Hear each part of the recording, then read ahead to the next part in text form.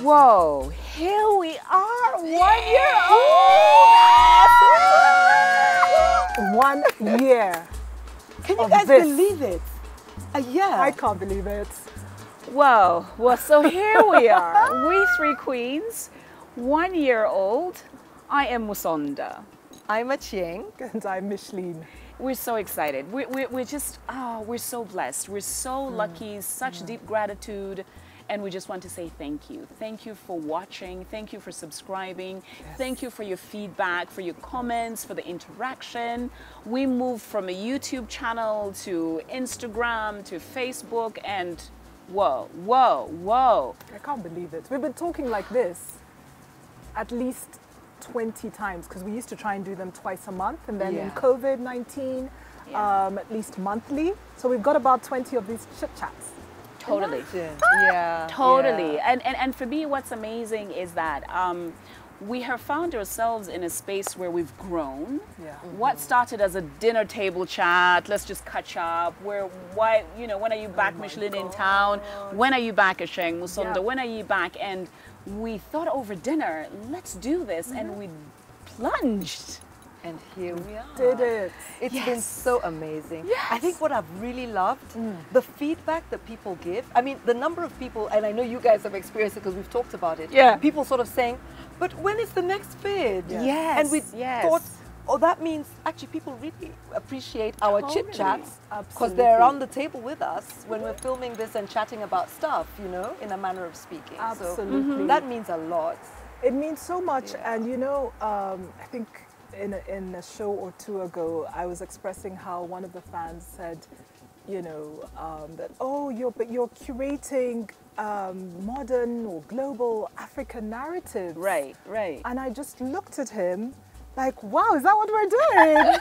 Do you know what I mean? Yes. And so to just do something, perhaps because we felt that, you know, we had stories to share. Exactly. I know we talked and about experiences, perhaps a mentoring sort of channel. Yeah. Fun. We love our fashion. Today we Yeah. blinged, Yes, we got all blinged did out. out. And just like the convergence of all of it. Yeah. Yes. I'm just, you know, astounded. I thought we would maybe lose steam, or I don't know what I thought.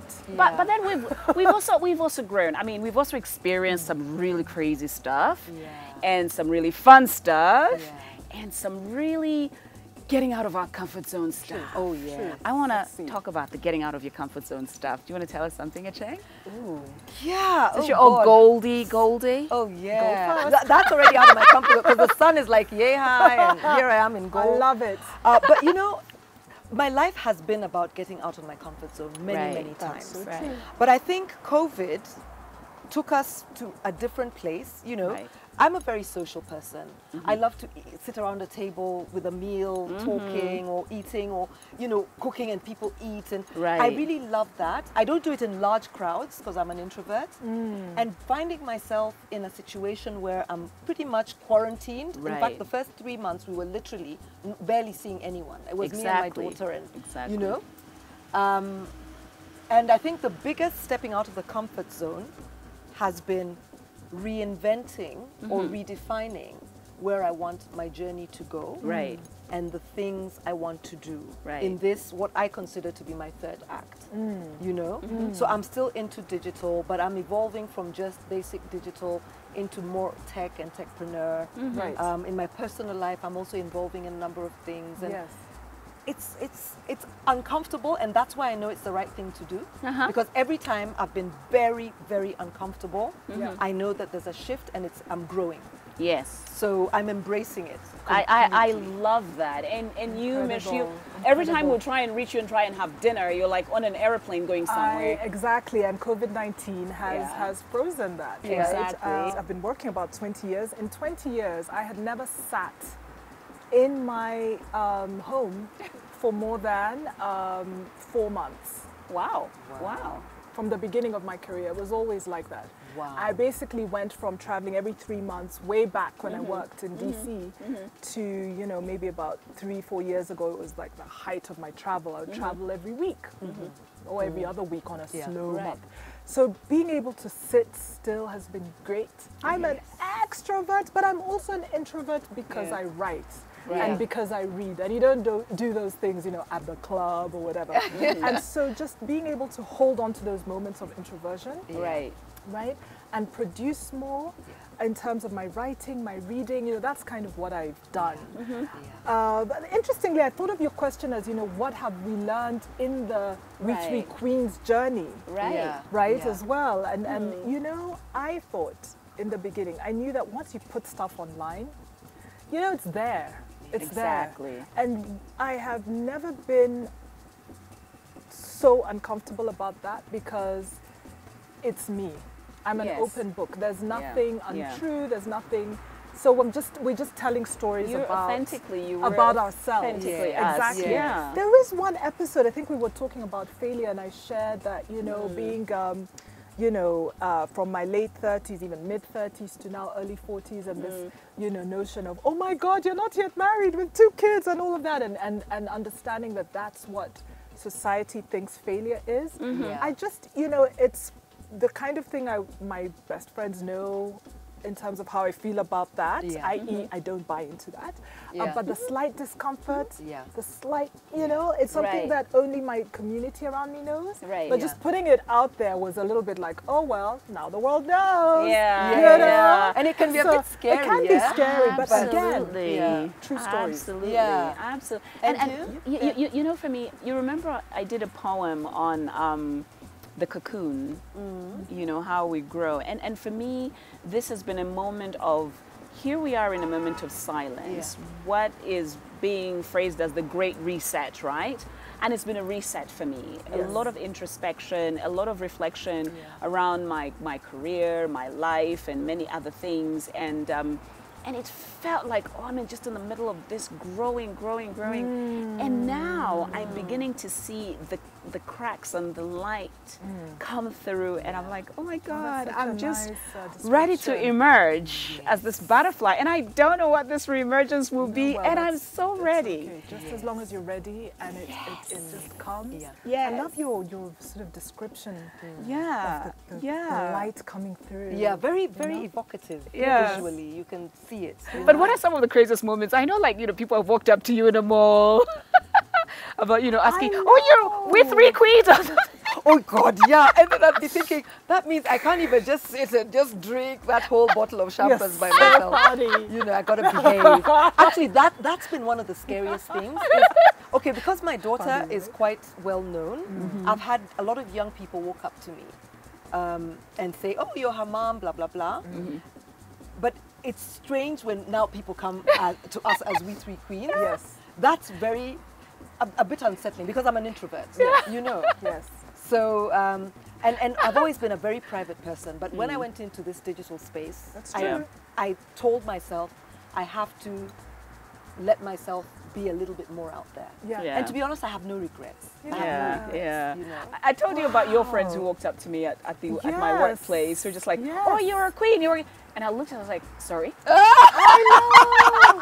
It's quite something.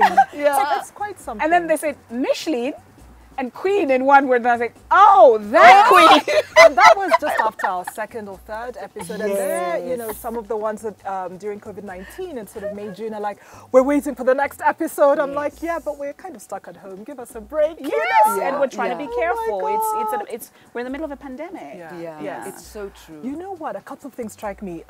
One is when we did our mental awareness show, I thought we now have even more of a responsibility than I had kind of considered, just because we were touching on an issue that is really quite deep. And I got quite a lot of feedback from some friends who have suffered depression and other forms of really sort of a mental sort of, you know, unwellness, and had wanted us to perhaps dig deeper, take it a lot more seriously. And so I just found that we have a responsibility. Yes. And we learned so much from people who are watching. Yes. And, you know, we made the promise to actually delve into that when we can, perhaps get some experts. And so for me, this has just been such a two-way learning experience. It's been so wonderful because you're giving us feedback. You're giving us feedback. You're giving us insight into a lot of the topical issues that we're touching on. And I remember when we did the hair one. The hair one. And so here's the thing about being online as well, right? You know, and I think it's your daughter, somebody who's, you know, also pretty famous online told me, you'll get some of those, you know, haters or just people who are just like, yeah, yeah, yeah. And I just remember reading one comment around, I can't believe that other one, that was me, that other queen, says she doesn't like, you know, head wraps. I talked about that a comment. bias. I remember that, A bias. We all have biases, and my bias is that in corporate, I just found that head wraps were not corporate looking. I'm saying it again. That's a beautiful thing about A, being grown, and B, being authentic. Is that, you know, we say things and we own them, and that was about her biases. And so I sort of just sent her some love and a hug and a smile and asked her how her day was. Because honestly, online, there are people who can get really furious with you, and I'm thinking, oh, but I don't know you. No, absolutely. Exactly. And that's the scary bit. I mean, what are your thoughts on that? You know, no, I was just going to say, I remember somebody commented, and they're one of our the person is one of our greatest supporters. But I think it was the dating one. Do you remember the online dating show? Yes. And I remember, you know, talking about this. I got catfished. So yes. And talking about that. Yes. And the person had said something about how I'm crazy or incorrigible. And I remember thinking, oh my God, wait, let me just double check the meaning of that word again. What does it mean? Incorrigible. I mean, I know what it means, but I kind of thought maybe it has many meanings. Right. And I remember reading myself back in, because my daughter always tells me that people will give feedback. Yes. And you have to learn not to internalize and Exactly. And even though this person meant it completely in the nicest way. Right. But I remember having to have a conversation with myself to say, you've put yourself out there now. And so people will give you feedback. Exactly. And it's not personal. Yeah. Absolutely. It's not personal. And if it is, maybe if somebody says something horrible, maybe they're just hating. And there will be haters and there will be people who are supporters. And Musonda talks about the vortex being open. And opened it, guys. It's the good, the bad, and the ugly of it. And that's why I'll say it and I'll say it again, that being us, being authentic, listening to, you know, you all, touching on topics that we think are relevant, that we hear are relevant. You know, there's it's not for everyone, but we're certainly so grateful for those who have come back and said, oh, totally. We love your stories. Totally. You know what? I think for me, one of my favorite ones, I think what we did was on the public speaking. There was such amazing and incredible feedback. But here we are in a pandemic world where we found ourselves not traveling, not speaking publicly, but also beginning to learn how we interact, webinars. All these spaces, and we're speaking publicly, but in a different way. And I think this will be great to hear some feedback from people, you know, some tips perhaps that we can share with our audiences and how to do that differently. Because I think, you know, as experts are saying, you know, we're going to be living in a pandemic world. So how do we prepare ourselves in terms of how we present at conferences, or how we talk about issues, and how we do with three queens, socially distanced, and continue this in a healthy but meaningful way? Oh my God, guys, we could go on and on. But we are so looking forward to the coming year. Years. Honestly, remember, we have all these ideas. We're going to cook. The queens love cooking. I love cooking. We'll be in the kitchen. We've got hopefully a comedian in store. And not giving things away. Books. This is all we have time for, but we just want to sincerely thank you for being part of our journey this last year. It's been so amazing. We're well pleased. We have deep gratitude. Thank you for subscribing. Please share with your family and friends. And we hope to share more amazing stuff, as we've already shared with you, and just great interactions with different individuals around the world. And thank you so much. Thank you so much. Thank you. And thanks, queens. I know. It's been wonderful, girls. Thank you. Thank you. Thank you so much. Ta-da.